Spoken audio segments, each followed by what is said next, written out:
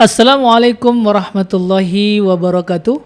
Waalaikumsalam warahmatullahi wabarakatuh. Selamat berjumpa para kawan-kawan IKADI di podcast IKADI Sumut, menebar Islam rahmatan lil alamin. Kali ini kita sudah kedatangan Ketua Pengurus Wilayah Ikatan Ahli Indonesia Sumatera Utara, Ustadz Ihsan Satria Azhar, yang kesempatan ini kita akan coba berbincang-bincang tentang, ya, ini puasa Ustadz sudah semakin berakhir Ustadz. Sebelumnya Ustadz, sehat Ustadz ya? Alhamdulillah. Alhamdulillah sehat Ustadz ya. Sehat. Alhamdulillah Ustadz. Iya. Tim podcast sehat semua insyaallah. Iya. Baik, kawan-kawan IKADI, tentu kita tidak ingin melewatkan makna puasa yang sebenarnya ingin memperbaiki diri kita dari waktu ke waktu. Ini Ustadz, kira-kira Ustadz, apa yang perlu kita jaga Ustadz? Melihat waktu kita berpuasa ini yang akan semakin dekat, akan berakhir Ustadz.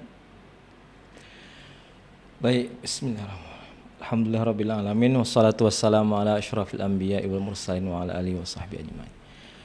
Yang perlu kita jaga sebetulnya bukan hanya yang terkait dengan ibadah individu, tapi bahwa puasa ini di awal dulu disyariatkan adalah dalam rangka untuk menyiapkan generasi-generasi terbaik untuk memikul kerja-kerja berat. Oh, berarti ada kerja yang sudah disiapkan oleh Allah Ustaz ya? Betul. Ini menarik ini Ustaz. Apa nih Ustaz yang bisa dijelaskan Ustaz?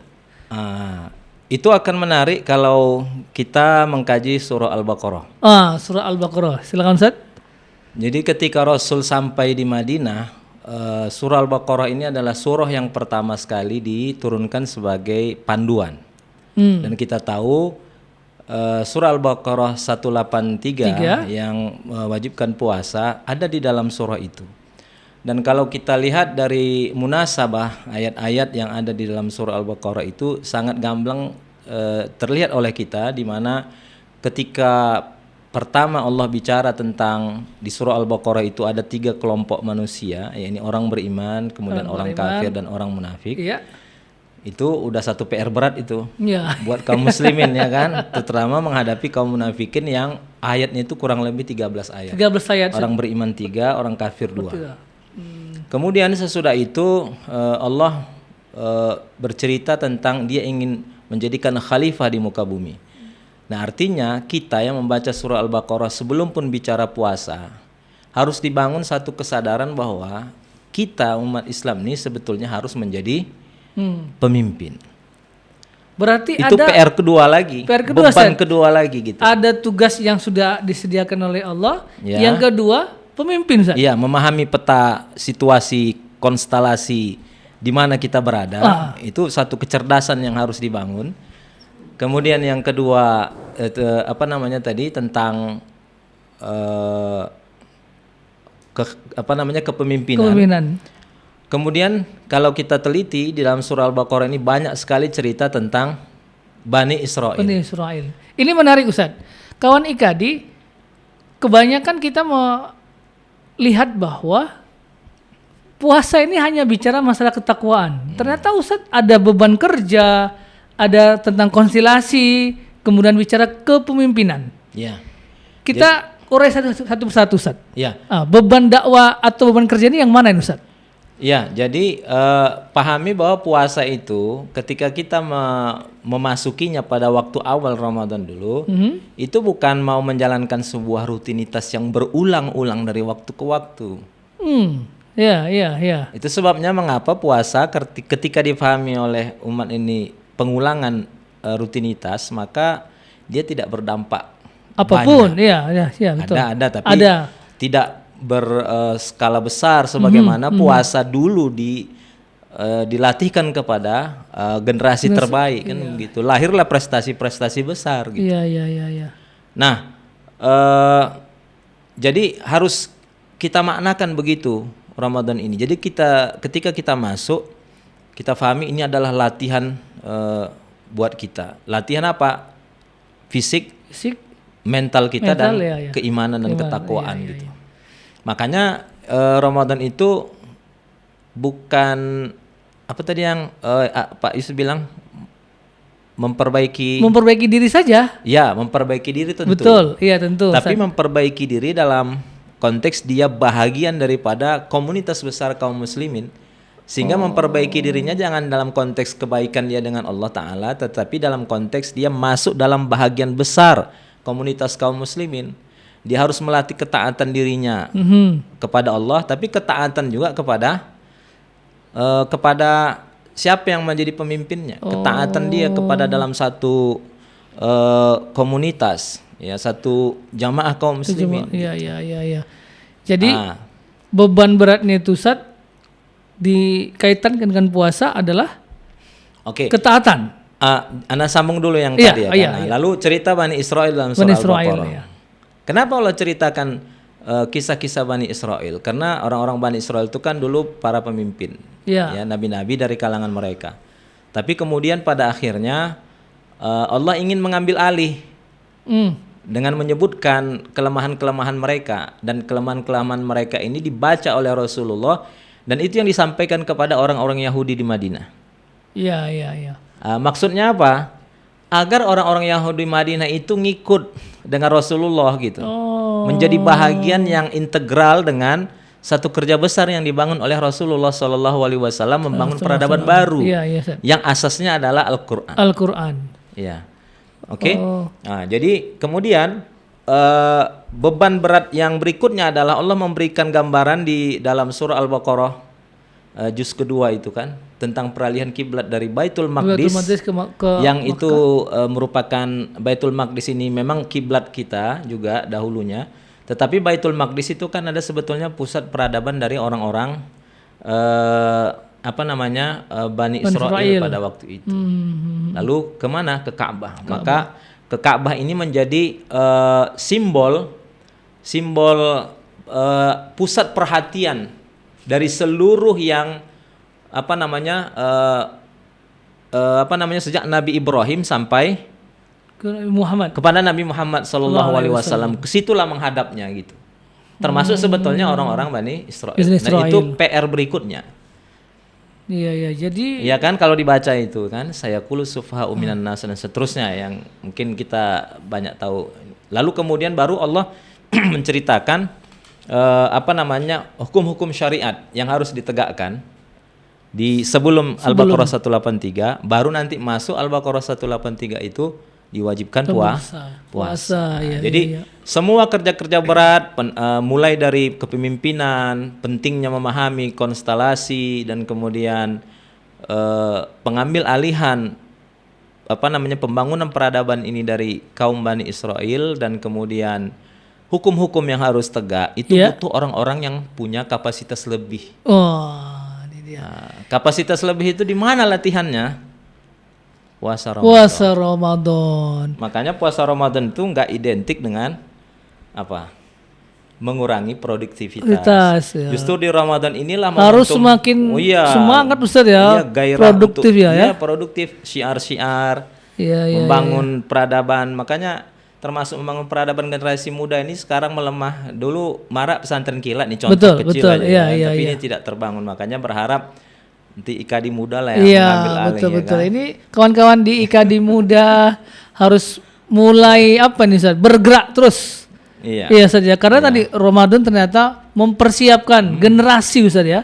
Ada beban tugas yang berat. Lalu Ustaz, kalau kaitannya kepada kepemimpinan Ustaz, bagaimana pula saat puasa ini Ustaz? Adakah cerita-cerita dari para sahabat atau mungkin hal-hal lainnya Ustaz? Ya, secara personal mungkin secara kolektif kita mungkin akan ceritakan. Ketika awal diwajibkan puasa bulan Ramadan di tahun kedua Hijrah Ustaz ya. Lalu di awal pertama itulah terjadi apa tuh? Perang Badar ya. Di awal itu langsung gitu.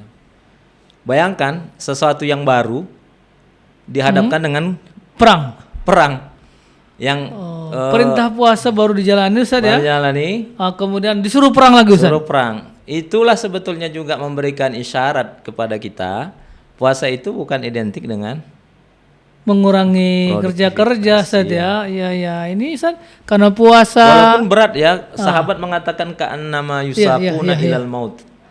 Iya, karena kebanyakan Ustaz orang memahami dikarenakan puasa jam kerja dikurangi Ustaz ya.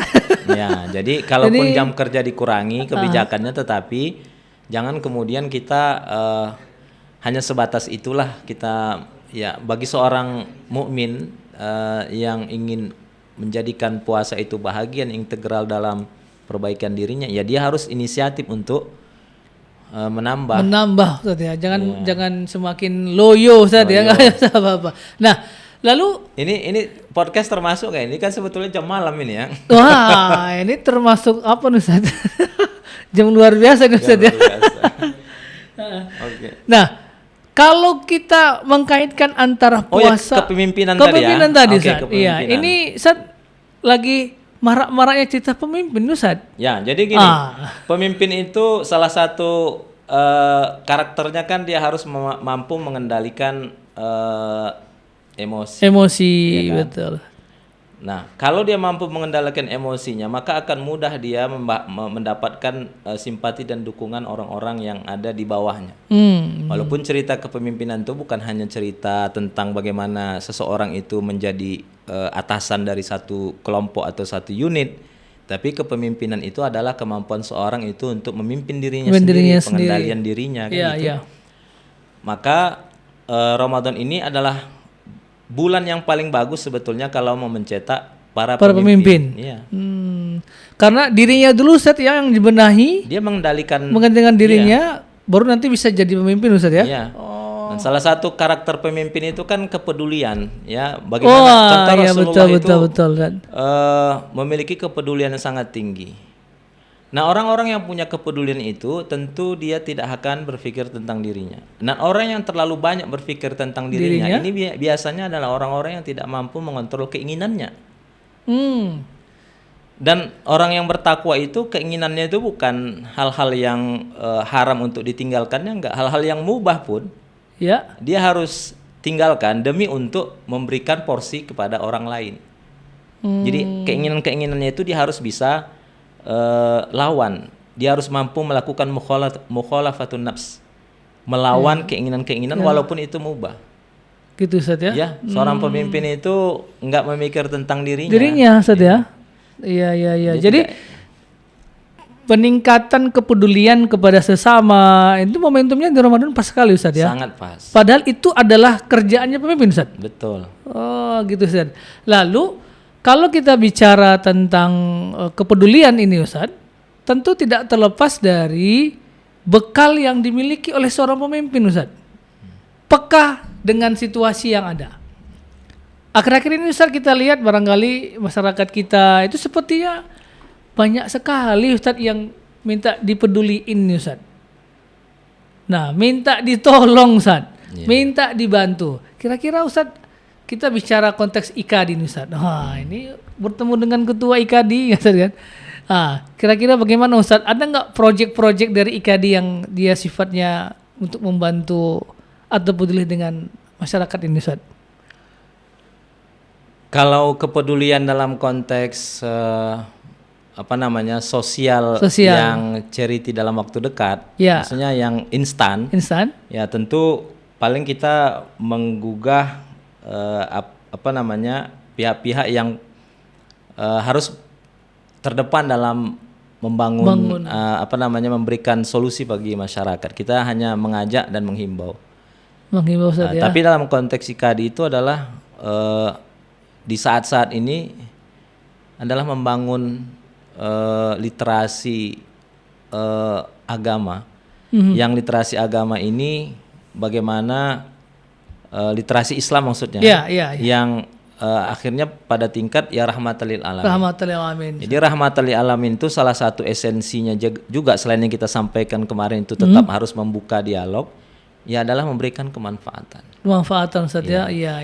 Rahmat buat semua Ustaz ya. Nah, jadi kawan-kawan IKADI, menarik pembicaraan kita ini bahwa memang puasa ini kaitannya dengan kepemimpinan Ustaz. Itu sangat erat sekali. Ini lagi heboh-hebohnya Ustaz. Di mana-mana banyak bicara tentang pemimpin, calon presiden lagi Ustaz. Nah ini. Wah ini menarik ini Ustaz. Padahal latihannya ada di bulan Ramadan. Kalau tidak bisa mengendalikan, tidak bisa Ustaz ya. Nah sekarang Ustaz, apalah Ustaz yang bisa menguatkan kita Ustaz, agar puasa kita ini yang tinggal beberapa hari ini Ustaz, tetap terjaga kualitasnya, dengan memahami bahwa ayo kita latih diri kita menjadi pemimpin yang benar. Ini berat nih pertanyaan. Pertanyaan berat Ustaz ya. Kayak satu modul pelatihan kepemimpinan yang harus diuraikan. Iya, dalam waktu singkat Ustaz. Kalau akhir-akhir Ramadan ini memang kita semakin keintiman dengan Allah Subhanahu wa taala ya. Maka barangkali yang paling penting untuk kita lakukan di bulan Ramadan di akhir-akhir ini adalah banyak bermunajat dan berdoa kepada Allah Subhanahu wa taala agar kita diberikan pemimpin yang terbaik dan kita juga memiliki jiwa kepemimpinan. Iya. Termasuk kita memimpin diri sendiri, memimpin keluarga agar kita dituntun. Karena ujung daripada puasa itu kan disebutkan la'allakum tattaqun. Orang yang bertakwa itu kalaupun dia nggak terlalu cerdas, Pak Yus ya, nggak pernah ikut pelatihan ini dan seterusnya.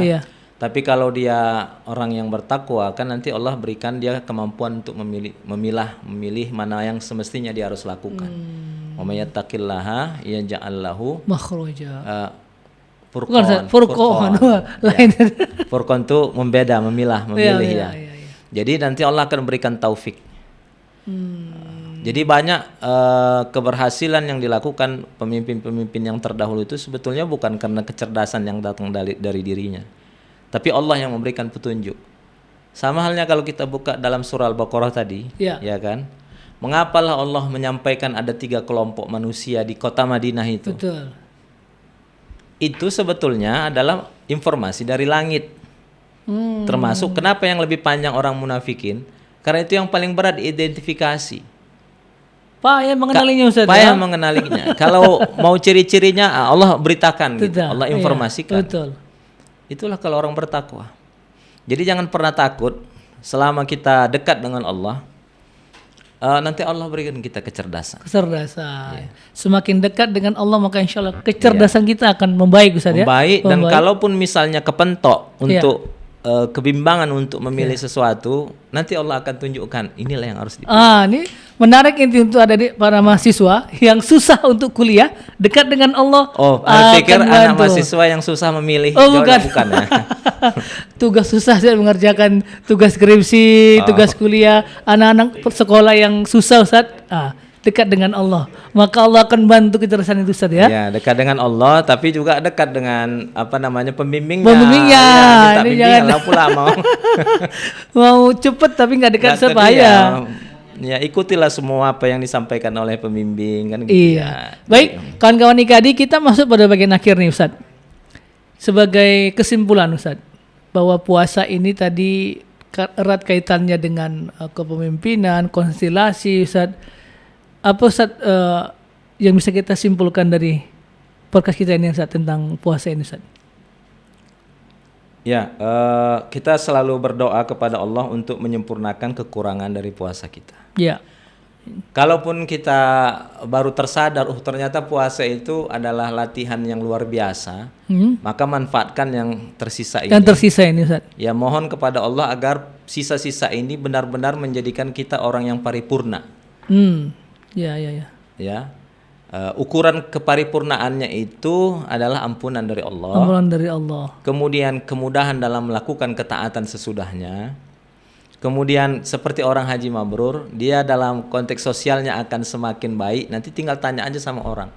Ada perubahan nggak di diri saya? Kita boleh tanya istri kita, tanya siswa kita, tanya sahabat kita, nyaman nggak dengan kita? Gitu. Kan Ramadan itu kan melatih kita untuk bisa melakukan interaksi yang baik kan. Iya betul. Makanya kalau udah ada orang yang ngajak emosi pun nggak usah di ini gitu. Dilayani Nggak usah dilayani kan.